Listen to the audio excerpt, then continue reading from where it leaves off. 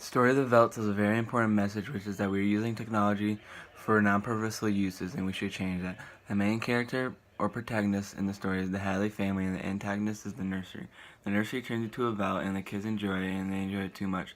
The mom is hesitant to stop them from using it, but the dad wants the kids to take a break from it.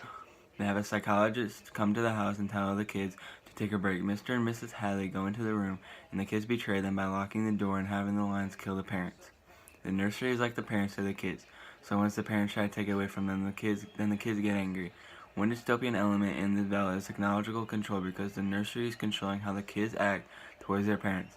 Another dystopian element is futuristic because I guarantee the technology is going to improve in the next 30 years and have houses like the house in the Veldt. The third dystopian element is imagined universe because we all imagine and wish to have a different country in a different room. Technological control is an important element in the genre because stories like these have a robot or some type of mechanical or technological control over the world, or at least the story. Futuristic is a big one too because possibly in the future there could be robots controlling the world, or it could be a change of government and could be bureaucratic control. The last one is Imagine Universe. The reason why Imagine Universe is an element that is important to the genre is because it kind of ties in with future, where we don't know if the government is going to take full control of the world or if robots do. So it's kind of imaginary universe because we are just imagining what it'd be like until it comes.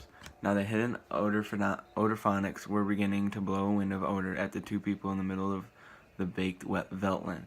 The hot straw smell of lion grass, the cool green smell of the hidden waterhole, the great rusty smell of animals, the smell of dust like red paprika in the hot air, is an example of technological control. An example of the element futuristic is the quote, "And here were the lions, now 15 feet away, so real, so feverishly and startlingly real that you could feel the prickling fur on your hand, and your mouth was stuffed with the dusty upholstery smell of their heated pelts, and the yellow of them was in your eyes like the yellow of an exquisite French tapestry, the yellows of lions in summer grass, and the sound of matted lions' lungs exhaling on the silent noontide, and the smell of meat from the panting, dripping mouth." An example of the element imagined universe is the quote, "Matter of fact, we're thinking of turning the whole house off for about a month. Live sort of carefree one for all existence." The connection in the story is a connection between the Veldt and the monster movie in the movie Monster House. Because in the movie Monster House, the house takes control and protects the man's lawn. In the Veldt, there is a family, but in Monster House, there is a whole neighborhood of people, as a matter of fact. The reason why Monster House isn't a dystopian literature is because no one thing is controlling anything. The whole movie is more of a fantasy. In my opinion, the reason I think the dystopian